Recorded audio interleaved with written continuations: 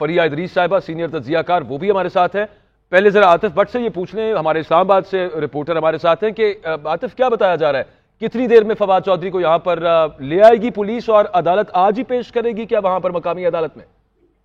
जी, जो duty magistrate है उनके सामने आज ही पेश किया जाएगा फवाद चौधरी तहरीक इंसाफ के जो रहनुमा, जिनको जो मोटरवे के रास्ता जो है वो लाहौर से गिरफ्तार करके इस्लामाबाद मुंतकिल किया जा रहा है।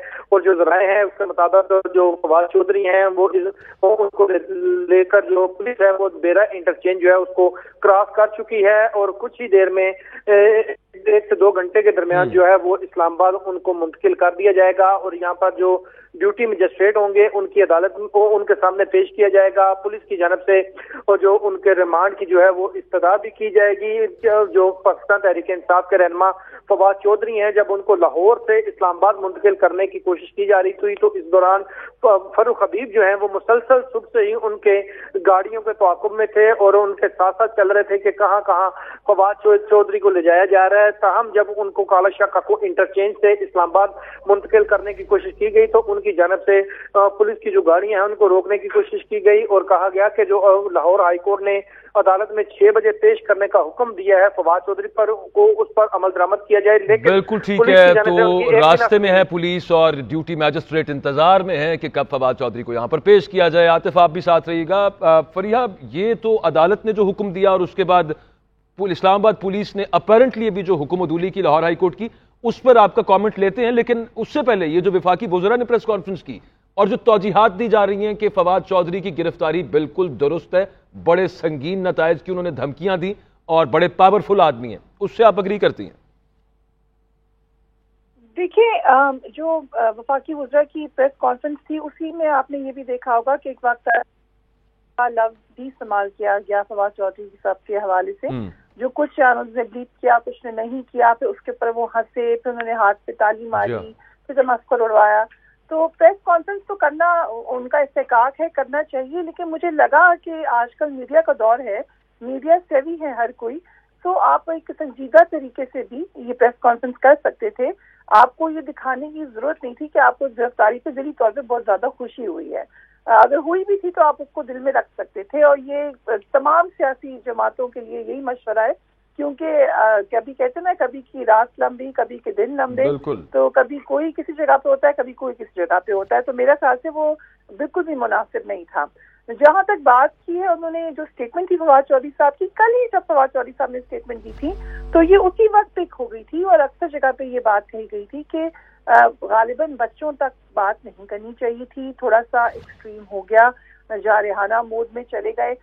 लेकिन पीटीआई को लग रहा था कि वो कॉर्नर हुई है, उसके ऊपर इस कदर सख्त किस्म का रिएक्शन आएगा, मेरा ख्याल से ये किसी ने भी फोर्स ही नहीं किया था।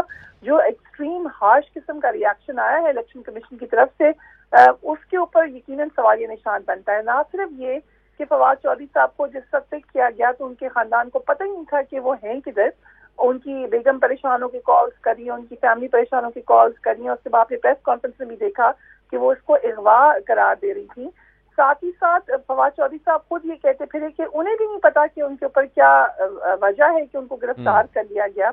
और उससे पहले इमरान खान साहब की गिरफ्तारी के हवाले से भी सवालात उठना शुरू हो गए थे, कहा जा रहा था कि उनको गिरफ्तार कर लिया जाएगा और कारकुनान वहां पे जमा होना शुरू हो गए थे। इस वक्त भी ये स्पेकुलेट किया जा रहा है कि फवाद चौधरी साहब की गिरफ्तारी शायद आखिरी गिरफ्तारी नहीं होगी और भी मामला गंभीर होने जा रहे हैं। तो जब आप वाकयात को तनाज़ुर में जोड़ कर देखते हैं और फिर प्रेस कॉन्फ्रेंस देखते हैं और आप देखें कि प्रेस कॉन्फ्रेंस में सवाल हुआ अतार साहब से कि कहीं आपको ऐसा तो नहीं लग रहा कि कोई आपको इस्तेमाल ना कर ले और आपकी जमात का नाम बुरा हो, क्योंकि बहरहाल लोगों के पास तो सियासी जमातों नहीं जाना होता है। तो उस पर ने इस बात से इनकार किया कि ये और ओनरशिप ली है इस पूरे के पूरे मामले की। इस हुकूमत में एक बड़ी हमने यूनिक चीज देखी है शुरू से कि जब भी ऐसा मामला होता है, किसी रहनुमा की गिरफ्तारी का मामला होता है, किसी जर्नलिस्ट के साथ जुल्म सितम का किस्सा होता है, तो फुल पेट्रनेज भी लेती है ये हुकूमत और उसको ओनरशिप भी लेती है और उसके ऊपर खुशी का इजहार भी करती है। आप याद करें जब शीरी मज़ाही साहिबा की गिरफ्तारी हुई थी तो उसके बाद मरीम नवाज ने एक बड़ी प्रेस कॉन्फ्रेंस करके उसको ना सिर्फ कहा था कि ये जस्टिफाइड है, बल्कि फिर उन्होंने अपने زمانے کا ذکر کیا جو کہ ایون فریہ وہ جرنلسٹ جو گرفتار ہوتے ہیں ان کی بھی اونرشپ لیتے ہیں آج یہ جو گورنمنٹ ہے اس وقت کہ بالکل ٹھیک گرفتاریاں ہو رہی ہیں، جرنلسٹ کو بھی جو اٹھایا جاتا ہے.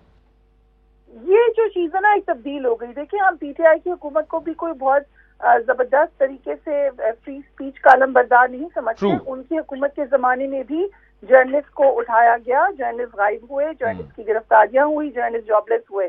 لیکن جو اونرشپ جس طریقے سے یہ حکومت لے رہی ہے یہ ہم نے نہیں دیکھا. شیریں مزاحی صاحبہ ہیومن رائٹس کی منسٹر تھی، وہ خود تلاش کرتی پھرتی تھی کہ کدھر چلا گیا بندہ، اور لوگوں کی طرف سے بھی کوئی کوششیں ہوتی تھی، اپنے آپ کو ڈیٹیچ کرنے کی کوشش کی جاتی تھی. لیکن یہ جو ہم ایک یونیک میں نے اس کو کا صورتحال دیکھ رہے ہیں کہ خود سیاسی رہنما جن کا بڑا زبردست کنیکٹ ہے. دیکھیے پی ایم ایل این تو لوگوں کی جماعت ہے، ہم اس میں وہ سمجھتے تھے اپنے آپ کو پنجاب کی کہ بہت بڑی جماعت ہے. وہ اگر اس قسم کا تاثر بھی دیں کہ ہم اس میں پورے طریقے سے شامل ہیں اور ساتھ میں یہ بھی کہیں کہ ہم سیاسی انتقام میں بلیو نہیں کرتے، تو لوگ اتنے بے وقوف نہیں ہیں. اب تو بڑا نظر آ رہا ہے واضح طور پر کہ اس کے اندر ہر طریقے سے پیٹرنیج حاصل ہے سیاسی جماعتوں کی. اچھا، جو یہ غداری ہر چیز کے اندر اٹھا کے کوئی معاملہ اس کے اندر غداری ڈال دی جاتی ہے، اس کو آپ کس طرح سے دیکھتی ہیں معاملے کو؟ یہ بھی پاکستان کی ایک بڑی پرانی ریت ہے، تکلیف دہ ریت ہے. دیکھیں غداری بہت سنگین جرم ہے. میں آپ کبھی بھی معاف نہیں کریں گے کوئی ہمارے ملک کے ساتھ غداری کا مرتکب ہو. اس کے حوالے سے ہمارا آئین بڑا واضح ہے. کون ہے غدار، آئین نے اس کا تعین کر دیا ہے. اب آپ دیکھ لیں کہ آئین کے مطابق کون غدار ٹھہرتا ہے، اور ان غداروں کے حوالے سے ہم کیا ان کو کہہ بھی سکتے ہیں غدار ٹیلی ویژن پر. لیکن ہم کسی کے لیبل کرنے پہ، کسی کے سرٹیفکیٹ بانٹنے پر اور کسی کے ڈکلیئر کرنے پہ روز غدار کھیلتے ہیں. اور اس میں کبھی میں نے جیسے کہا کہ کبھی کوئی ریسیونگ اینڈ پہ ہوتا ہے، کبھی دوسرا ہوتا ہے. دکھ کی بات یہ کہ ہم سبق نہیں سیکھتے. آج جو جیل جائے گا وہ کل شاید مسن پہ بیٹھا ہو. فریہ، آپ سمجھتی ہیں کہ پیپلز پارٹی ڈسٹنس کرے گی اپنے آپ کو، اس سے مذمت کرے گی اس گرفتاری کی، اس پرچے کی؟